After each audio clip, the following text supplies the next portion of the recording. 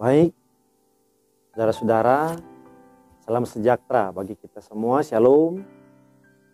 Terpujilah Tuhan yang selalu memelihara kita, bahkan juga yang memberikan selamat bagi kita. Saat ini, sebagai orang yang percaya, mari kita memaknai waktu dan kesempatan yang Tuhan berikan bagi kita untuk mengisi hidup kita dengan firman. Kita akan membaca dan merenungkan firman Tuhan. Karena itu mari kita satu dalam doa, kita berdoa. Terpujilah Engkau ya Tuhan Allah di dalam Yesus Kristus. Kasih setiamu dalam hidup kami selalu kami rasakan dan selalu kami nikmati. Kami selalu melangkah dalam sukacita iman bahwa kami diselamatkan oleh Tuhan. Terima kasih banyak bahwa saat ini juga Tuhan memberikan waktu dan kesempatan bagi kami, dan kami mau maknai waktu dan kesempatan yang Tuhan berikan untuk membaca dan merenungkan firman. Maka kiranya Tuhan lewat channel multimedia Marturia Bukit Kasih Girian Permai, biarlah kiranya firman-Mu boleh diberitakan dan kami semakin memahami setiap maksud dan kehendak Tuhan dalam hidup. Berfirmanlah kiranya Engkau Tuhan, kami sudah siap untuk mendengarkannya. Amin. Saudara-saudara, kita akan membaca firman Tuhan, dan firman Tuhan saat ini terdapat dalam Perjanjian Baru 2 Yohanes pasal yang pertama ayat 4 sampai dengan ayat yang ke-11. 2 Yohanes pasal yang pertama ayat 4 sampai dengan ayat yang ke-11. Lembaga Alkitab Indonesia memberi judul Tetaplah di dalam ajaran Kristus. Firman Tuhan ditulis demikian. Aku sangat bersuka cita bahwa aku mendapati bahwa separuh dari anak-anakmu hidup dalam kebenaran sesuai dengan perintah yang telah kita terima dari Bapa. Dan sekarang aku minta kepadamu, Ibu, bukan seolah-olah aku menuliskan perintah baru bagimu, tetapi menurut perintah yang sudah ada pada kita dari mulanya, supaya kita saling mengasihi. Dan inilah kasih itu, yaitu bahwa kita harus hidup menurut perintahnya. Dan inilah perintah itu, yaitu bahwa kamu harus hidup di dalam kasih, sebagaimana telah kamu dengar dari mulanya. Sebab banyak penyesat telah muncul dan pergi ke seluruh dunia yang tidak mengaku bahwa Yesus Kristus telah datang sebagai manusia. Itu adalah si penyesat dan antikristus. Waspadalah supaya kamu jangan kehilangan apa yang telah kami kerjakan itu, tetapi supaya kamu mendapat upahmu sepenuhnya.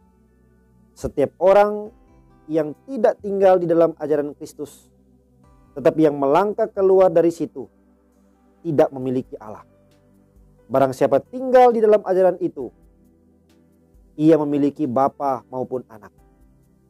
Jikalau seorang datang kepadamu dan ia tidak membawa ajaran ini, janganlah kamu menerima dia di dalam rumahmu dan janganlah memberi salam kepadanya.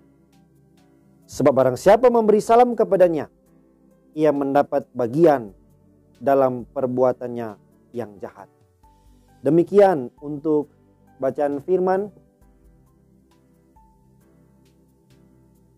Saudara-saudara, penonton dan pendengar channel YouTube Marturia Bukit Kasih Girian Permai.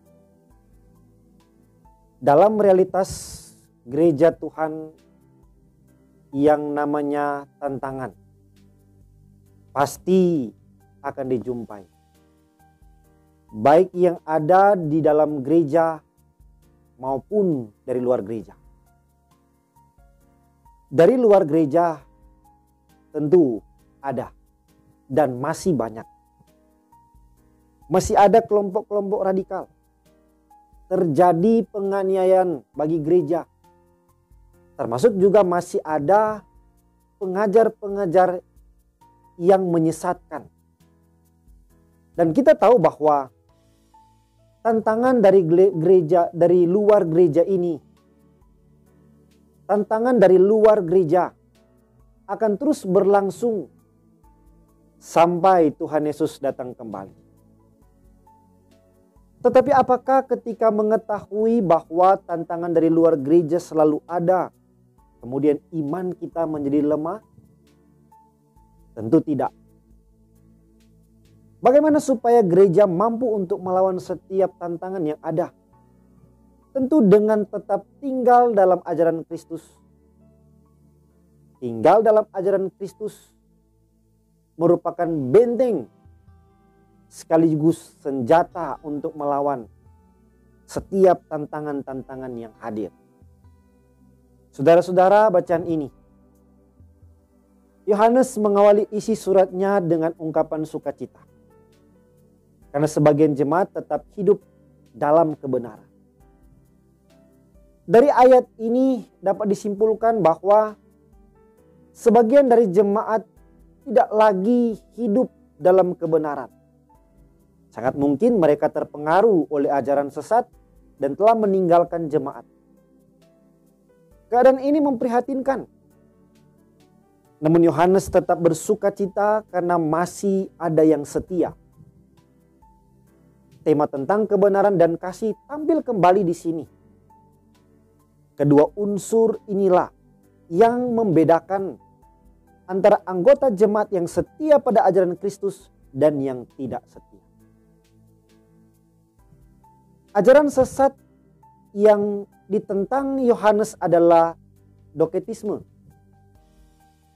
Menurut ajaran ini, Kristus tidak sungguh-sungguh datang sebagai manusia dalam daging. Ia tidak memiliki tubuh fisik, jadi ia hanya seakan-akan mati. Oleh karena itu, Kristus bukan juru selamat yang mati bagi orang berdosa. Terhadap ajaran yang menyangkal Kristus inilah yang penyebarnya telah pergi ke seluruh dunia. Yohanes memperingatkan jemaat agar waspada dan tetap tinggal di dalam ajaran Kristus. Tinggal di dalam ajaran Kristus berarti tinggal di dalam Kristus sendiri.